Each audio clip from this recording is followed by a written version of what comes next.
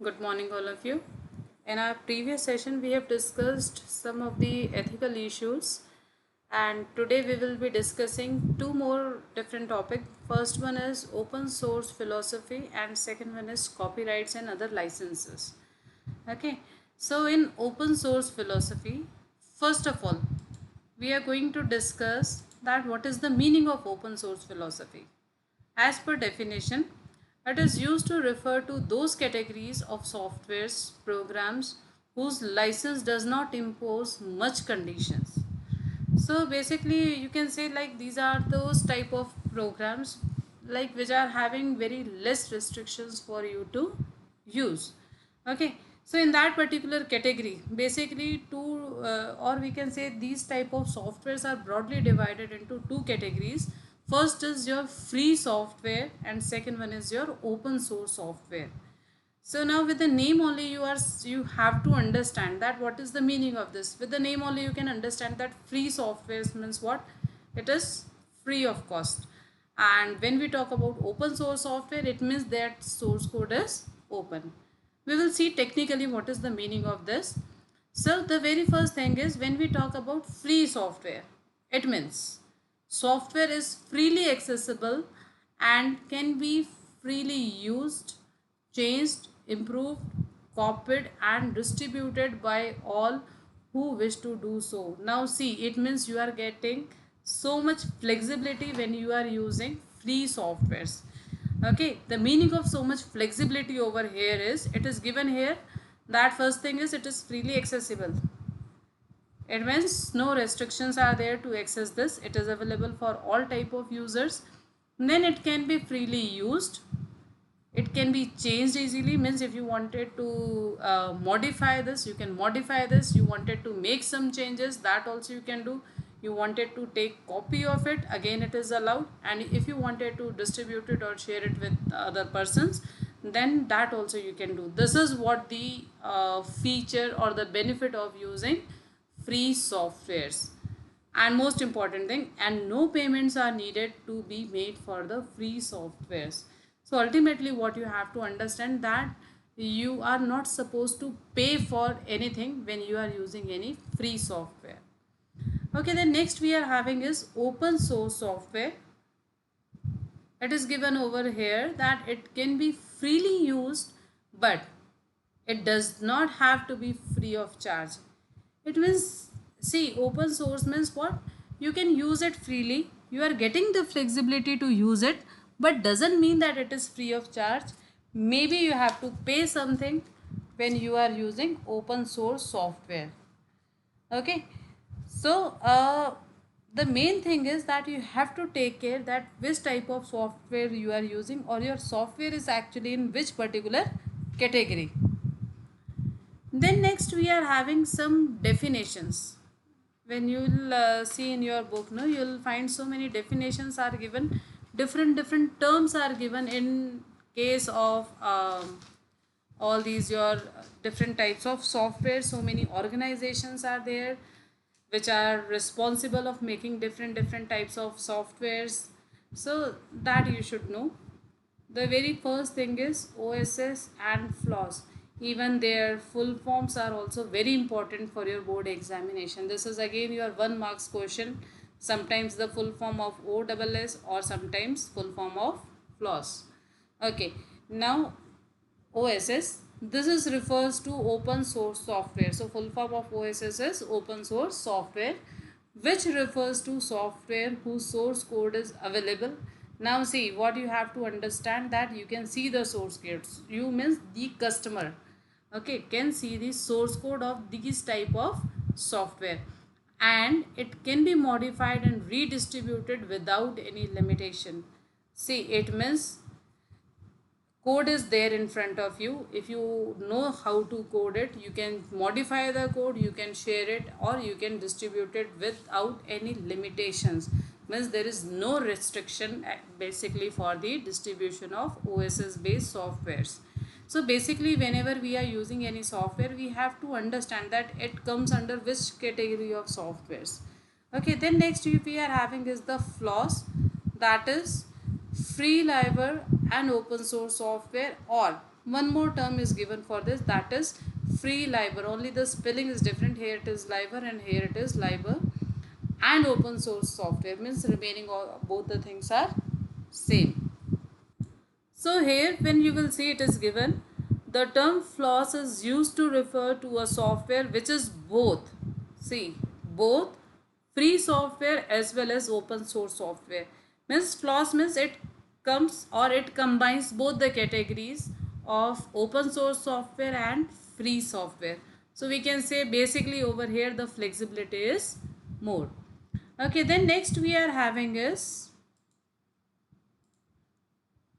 now so many different terms are there. The next term is freeware. Again this is another category of the software, that is freeware. It is given here for the freeware. Now with the freeware you can understand the term freeware is generally used for the software which is available free of cost and which allows copying and further distribution, but no modification and whose source code is not available. Now see again, this is very common question for your board examination. So many times their differences are coming. Okay, like difference between freeware, shareware, then difference between FLOSS, OSS, what are their features, something like that. So you should know the terms that we are using. Now see for freeware what it is given, that it is available free of cost. It means it is free and which allows copying and further distribution. So you can feel like that this is some sort of same as that of your free softwares. Okay, but in that modification was also allowed, but here you will see that the modification is also not allowed. Even the source code is not given to the user. Okay, it means as it is you can use that software, as it is you can give it to the other person or share it with the other person, but you cannot see the source code, you cannot modify this particular code. Then next we are having is the W3C. It is nothing but the acronym for World Wide Web Consortium. Okay, so this is basically the name of the industries consortium, and basically it is responsible for producing software standards. Okay, so this is what you have to take care, that it provides so many software standards. Then next we are having is the proprietary softwares. It is a software that is neither open nor freely available. So with the name only you can understand that these are nothing but the paid softwares, and these are generally prepared on the basis of some customers requirement. Means they are paying first, they are giving their suggestions or they are giving their requirements, then on the basis of that they are getting the complete software for according to their organizations or their company. Okay, then next we are having is shareware. Now here in shareware, it is a software which is made available with the rights to redistribute copies. Now see what you have to understand over here, that this type of softwares can be easily redistributed. Okay, but it is stipulated that if one intends to use this software, often after a certain period of time a license fee should be paid.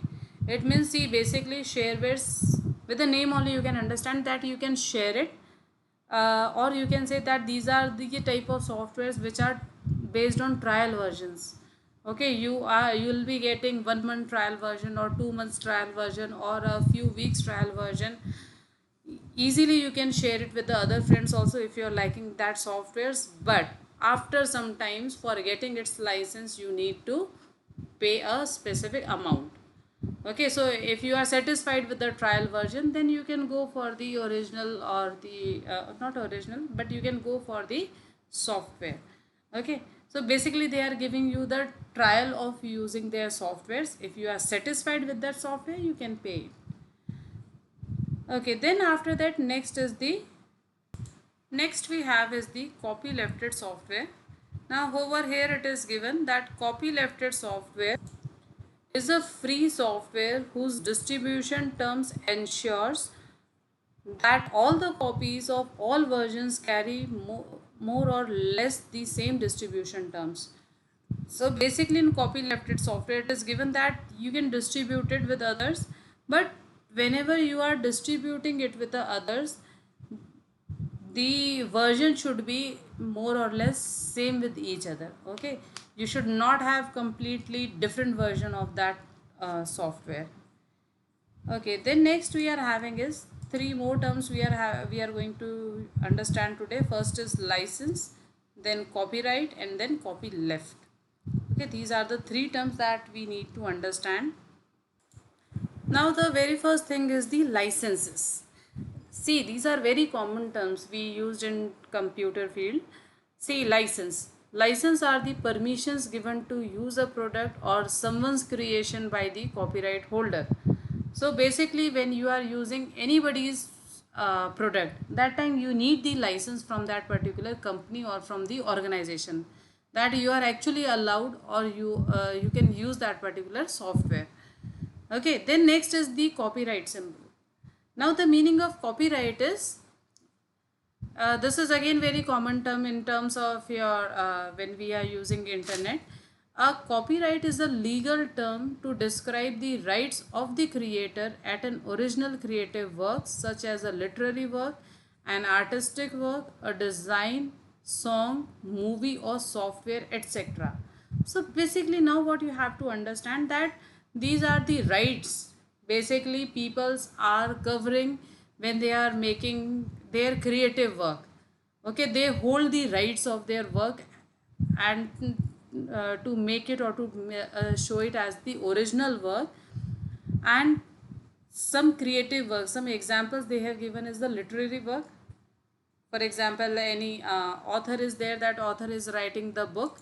Okay, similarly the next is an artistic work, any design basically, or because so many printings and so many paintings are available on the internet, so anyone can take copy of it. So generally what peoples are doing, or what publishers are doing, they are making they are taking copyright of that image first, and then they are uploading it on the website. So once the image or the content is copyrighted, after that you are not able to you are not actually allowed to use it. It is considered as illegal to use any copyrighted material from the web. Okay, then next is the copyleft. Copyleft offers user the right to freely distribute and modify the original work, but only under the condition that the derivative works be licensed with the same rights.